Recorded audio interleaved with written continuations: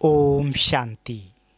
8 जनवरी 2023 आज की अव्यक्त बाप दादा की रिवाइज कोर्स की मुरली। डेट है 23 अप्रैल 1993। मुरली का टाइटल निश्चय बुद्धि भव अमर भव।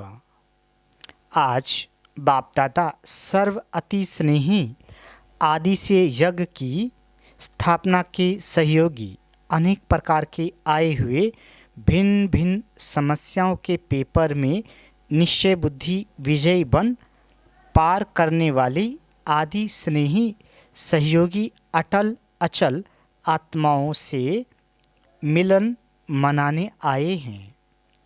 निश्चय की सब्जेक्ट में पास हो चलने वाले बच्चों के पास आए हैं। यह निश्चय चाहे इस पुरानी जीवन में चाहे अगले जीवन में भी सदा विजय का अनुभव कराती रहेगी। बाबा कहते निश्चय का अमर भव का वरदान सदा साथ रहे। विशेष आज जो बहुत काल की अनुभवी बुजुर्ग आत्माएं हैं, उन्हों के याद और स्नेह के बंधन में बंधकर बाप आए हैं। निश्चय की मुबारक। बाबा कहते एक तरफ यज्ञ अर्थात पांडवों के किले की जो नींव अर्थात फाउंडेशन आत्माएं हैं वह भी सभी सामने हैं, और दूसरी तरफ आप अनुभवी आदि आत्माएं इस पांडवों के किले की दीवार की पहली ईंटें हो। फाउंडेशन भी सामने है और आदि ईंटें जिनके आधार पर ये किला मजबूत बन विश्व की छत्र छाया बना वह भी सामने है। तो जैसे बाप ने बच्चों के स्नेह में जी हजूर हाजिर करके दिखाया, ऐसे ही सदा बाप दादा और निमित्त आत्माओं की श्रीमत व डायरेक्शन को सदा जी हाजिर करते रहना। कभी भी व्यर्थ मन मत व परमत नहीं मिलाना। हाजिर हजूर को जान श्रीमत पर उड़ते चलो। समझा? अच्छा। मधुवन निवासियों को सेवा की मुबारक देते हुए बाप दादा बोले, अच्छा, विशेष मधुवन निवासियों को बहुत बहुत मुबारक हो। सारा सीजन अपनी मधुरता और अथक सेवा से सर्व की सेवा के निमित्त बने। तो सबसे पहले सारी सीजन में निमित्त सेवाधारी विशेष मधुवन निवासियों को बहुत बहुत मुबारक। बाबा कहते मधुवन है ही मधुवन अर्थात मधुरता। तो मधुरता सर्व को बाप के स्नेह में लाती है। इसलिए चाहे हॉल में हो चाहे चले गए हो, लेकिन सभी को विशेष एक एक डिपार्टमेंट को बाप दादा विशेष मुबारक सेवा की दे रहे हैं, और सदा अथक भव मधुर भव के वरदानों से बढ़ते उड़ते चलो। अव्यक्त बाप दादा की पर्सनल मुलाकात। पहला, अलबेलापन कमजोरी लाता है, इसलिए अलर्ट रहो। बाबा कहते सभी संगम युगी श्रेष्ठ आत्माएं हो ना। संगम युग की विशेषता क्या है जो किसी भी युग में नहीं है? संगम युग की विशेषता है, एक तो प्रत्यक्ष फल मिलता है और एक का पदम गुना प्राप्ति का अनुभव इसी जन्म में ही होता है। प्रत्यक्ष फल मिलता है ना। अगर एक सेकंड भी हिम्मत रखते हो तो मदद कितने समय तक मिलती रहती है। किसी एक की भी सेवा करते हो तो खुशी कितनी मिलती है। तो एक की पदम गुना प्राप्ति अर्थात प्रत्यक्ष फल इस संगम पर मिलता है। तो बाबा कहते तो ताज़ा फ्रूट खाना अच्छा लगता है ना। तो आप सभी प्रत्यक्ष फल अर्थात ताज़ा फल खाने वाले हो, इसलिए शक्तिशाली हो, कमज़ोर तो नहीं है ना। सब पावरफुल है, कमजोरी को आने नहीं देना। जब तंदुरुस्त होते हैं तब कमजोरी स्वतः खत्म हो जाती है। सर्वशक्तिमान बाप द्वारा सदा शक्ति मिलती रहती है, तो कमज़ोर कैसे होंगे? कमजोरी आ सकती है, कभी गलती से आ जाती है। जब कुंभकर्ण की नींद में अलबेले होकर सो जाते हो तब आ सकती है, नहीं तो नहीं आ सकती। आप तो अलर्ट हो ना, अलबेले हो क्या? सभी अलर्ट है, सदा अलर्ट है। संगम युग में बाप मिला, सब कुछ मिला, तो अलर्ट ही रहेंगे ना। जिसको बहुत प्राप्तियां होती रहती है वो कितना अलर्ट रहते हैं। रिवाजी बिजनेसमैन को बिजनेस में प्राप्ति होती रहती है तो अलबेला होगा या अलर्ट होगा? तो आपको 1 सेकंड में कितना मिलता है, तो अलबेले कैसे होंगे? बाप ने सर्व शक्तियाँ दे दी, जब सर्व शक्तियाँ साथ है तो अलबेलापन नहीं आ सकता है। सदा होशियार, सदा खबरदार रहो।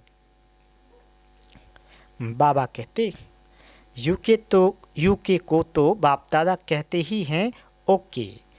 तो जो ओके बिल्कुल ठीक होगा वह जब अलर्ट होगा तब तो ओके होगा ना। फाउंडेशन पावरफुल है, इसलिए जो भी टाल टालियाँ निकली है वो भी शक्तिशाली है। विशेष बाप दादा ने ब्रह्मा बाप ने अपने दिल से लंदन का पहला फाउंडेशन डाला है। ब्रह्मा बाप का विशेष लाडला है, तो आप प्रत्यक्ष फल के सदा अधिकारी आत्माएं हो। कर्म करने के पहले फल तैयार है ही, ऐसे ही लगता है ना, या मेहनत लगती है?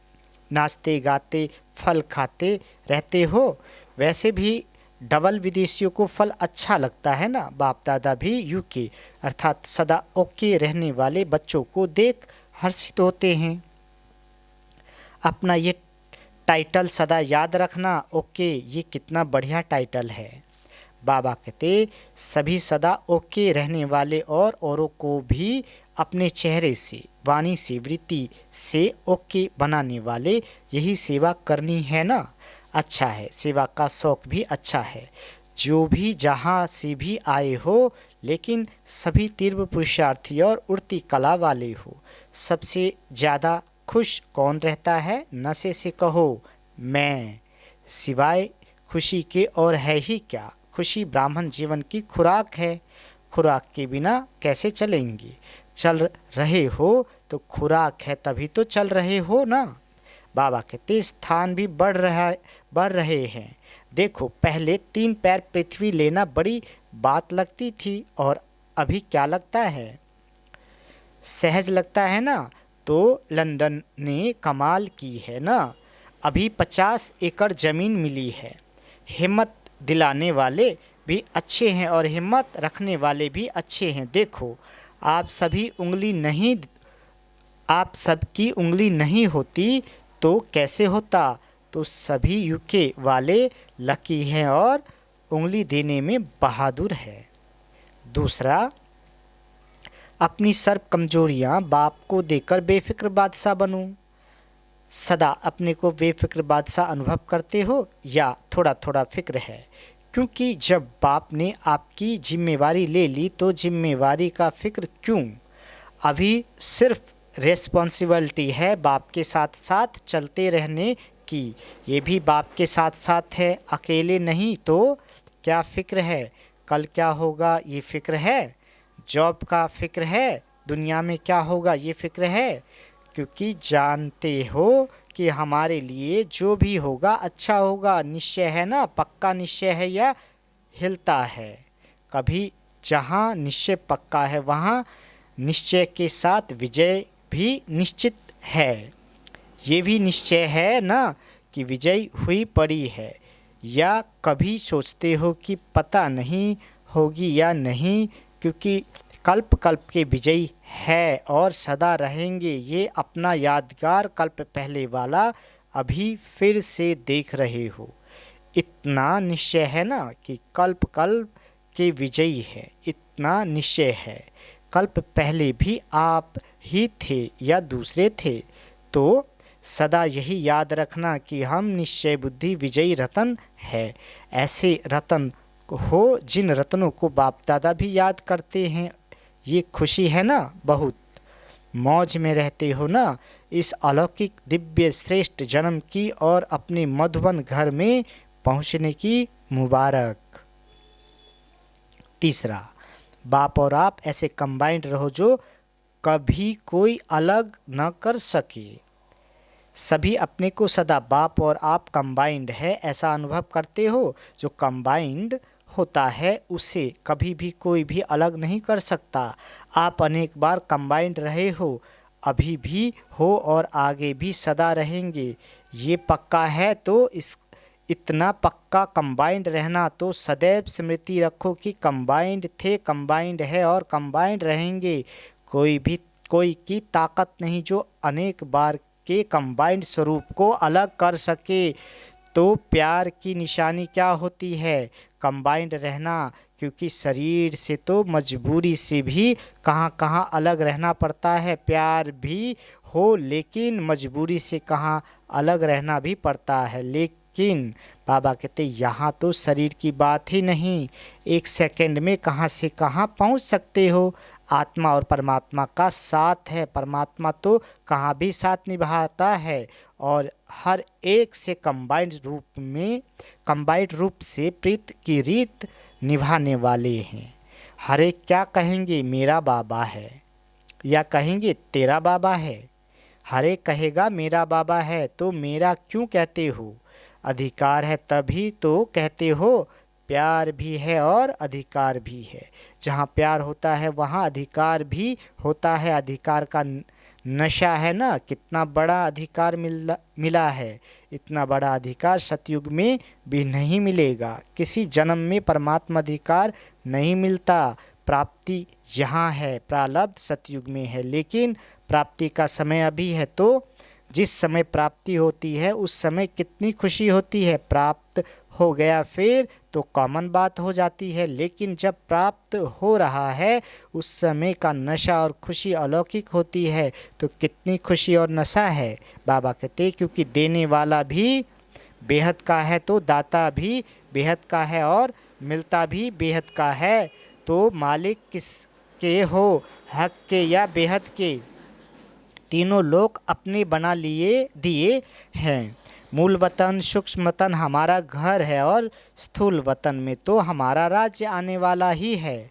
तीनों लोगों के अधिकारी बन गए तो क्या कहेंगे? अधिकारी आत्माएं कोई अप्राप्ति है तो क्या गीत गाते हो? पाना था वो पा लिया, पाना था वो पा लिया, अभी कुछ पाने को नहीं रहा। तो ये गीत गाते हो या कोई अप्राप्ति है? पैसा चाहिए, मकान चाहिए, नेता की कुर्सी चाहिए? कुछ नहीं चाहिए, क्योंकि कुर्सी होगी तो भी एक जन्म का भी भरोसा नहीं। और आपको कितनी गारंटी है? 21 जन्म की गारंटी है। 21 जन्म की गारंटी है। गारंटी कार्ड माया तो चोरी नहीं कर लेती है। जैसे यहाँ पासपोर्ट खो लेते हैं तो कितनी मुश्किल हो जाती है। तो गारंटी कार्ड माया तो नहीं ले लेती है, छुपा छुपी करती है। फिर आप क्या करते हो? लेकिन ऐसे शक्तिशाली बनो जो माया की हिम्मत नहीं। चौथा, हर कर्म त्रिकालदर्शी बनकर करो। बाबा कहते सभी अपने को तख्त नशीन आत्माएं अनुभव करते हो। अभी तख्त मिला है या भविष्य में मिलना है? क्या कहेंगे? सभी तख्त पर बैठेंगे। दिल तख्त बहुत बड़ा है। दिल तख्त तो बड़ा है, लेकिन सतयुग के तख्त पर एक समय में कितने बैठेंगे? तख्त पर भले कोई बैठे, लेकिन तख्त अधिकारी रॉयल फैमिली में तो आएंगे ना। तख्त पर इकट्ठे तो नहीं बैठ सकेंगे। इस समय सभी तख्त नशीन हैं, इसलिए इस जन्म का महत्व है। जितने चाहे जो चाहे दिल तख्त नशीन बन सकते हैं इस समय। और कोई तख्त है? कौन सा है? अकाल तख्त। आप अविनाशी आत्मा का तख्त ये भ्रुकुटी है, तो भ्रुकुटी के तख्त नशीन भी हो और दिल तख्त नशीन भी हो। डबल तख्त है ना। नशा है कि मैं आत्मा भ्रुकुटी के अकाल तख्त नशीन हूँ। तख्त नशीन आत्मा का स्व पर राज्य है, इसलिए स्वराज अधिकारी है। स्वराज अधिकारी हूँ, ये स्मृति सहज ही बाप द्वारा सर्व प्राप्ति का अनुभव कराएगी। तो तीनों ही तख्त की नॉलेज है। नॉलेजफुल हो ना, नॉलेजफुल भी हो या सिर्फ नॉलेजफुल हो। बाबा कहते नॉलेजफुल हो ना, पावरफुल भी हो या सिर्फ नॉलेजफुल हो। जितने नॉलेजफुल हो उतने ही पावरफुल हो, या नॉलेजफुल अधिक पावरफुल कम। नॉलेज में ज़्यादा होशियार हो, नॉलेजफुल और पावरफुल दोनों ही साथ साथ, तो तीनों तख्त की स्मृति सदा रहे। ज्ञान में भी तीन का महत्व है। त्रिकालदर्शी भी बनते हैं, तीनों काल को जानते हो या सिर्फ वर्तमान को जानते हो। कोई भी कर्म करते हो तो त्रिकालदर्शी बनकर कर्म करते हो या सिर्फ एक दर्शी बनकर कर्म करते हो। क्या हो? बाबा कहते एक दर्शी या त्रिकालदर्शी। तो कल क्या होने वाला है वो जानते हो? कहो हम ये जानते हैं कि कल जो होगा वो बहुत अच्छा होगा, ये तो जानते हो ना। तो त्रिकालदर्शी हुए ना। जो हो गया वो भी अच्छा, जो हो रहा है और अच्छा, और जो होने वाला है वो और बहुत अच्छा। ये निश्चय है ना कि अच्छे से अच्छा होना है, बुरा नहीं हो सकता। क्यों? अच्छे से अच्छा बाप मिला, अच्छे से अच्छे आप बने, अच्छे से अच्छे कर्म कर रहे हो, तो सब अच्छा है ना कि थोड़ा बुरा थोड़ा अच्छा है। जब मालूम पड़ गया कि मैं श्रेष्ठ आत्मा हूँ, तो श्रेष्ठ आत्मा का संकल्प बोल कर्म अच्छा होगा ना। तो ये सदा स्मृति रखो कि कल्याणकारी बाप मिला तो सदा कल्याण ही कल्याण है।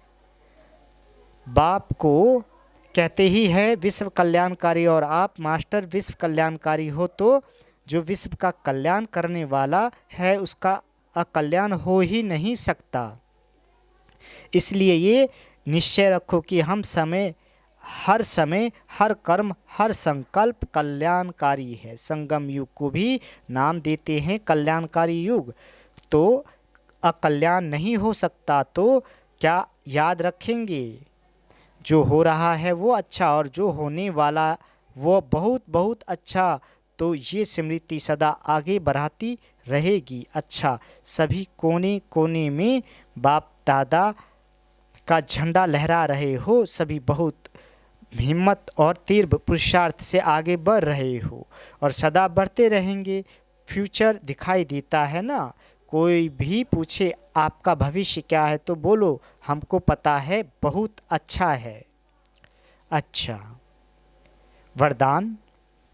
अपने मस्तक पर श्रेष्ठ भाग्य की लकीर देखते हुए सर्व चिंताओं से मुक्त बेफिक्र बादशाह भव। बाबा कहते बेफिक्र रहने की बादशाही सब बादशाहियों से श्रेष्ठ है। अगर कोई ताज पहनकर तख्त पर बैठ जाए और फिक्र करता रहे तो ये तख्त हुआ या चिंता। भाग्य विधाता भगवान ने आपके मस्तक पर श्रेष्ठ भाग्य की लकीर खींच दी। बेफिक्र बादशाह हो गए तो सदा अपने मस्तक पर श्रेष्ठ भाग्य की लकीर देखते रहो। वह मेरा श्रेष्ठ ईश्वरीय भाग्य। इसी फ़क्र में रहो तो सब फिक्राते चिंताएं समाप्त हो जाएंगी। स्लोगन। एकाग्रता की शक्ति द्वारा रूहों का आह्वान कर रूहानी सेवा करना ही सच्ची सेवा है। अच्छा, ओम शांति। मीठे बाबा।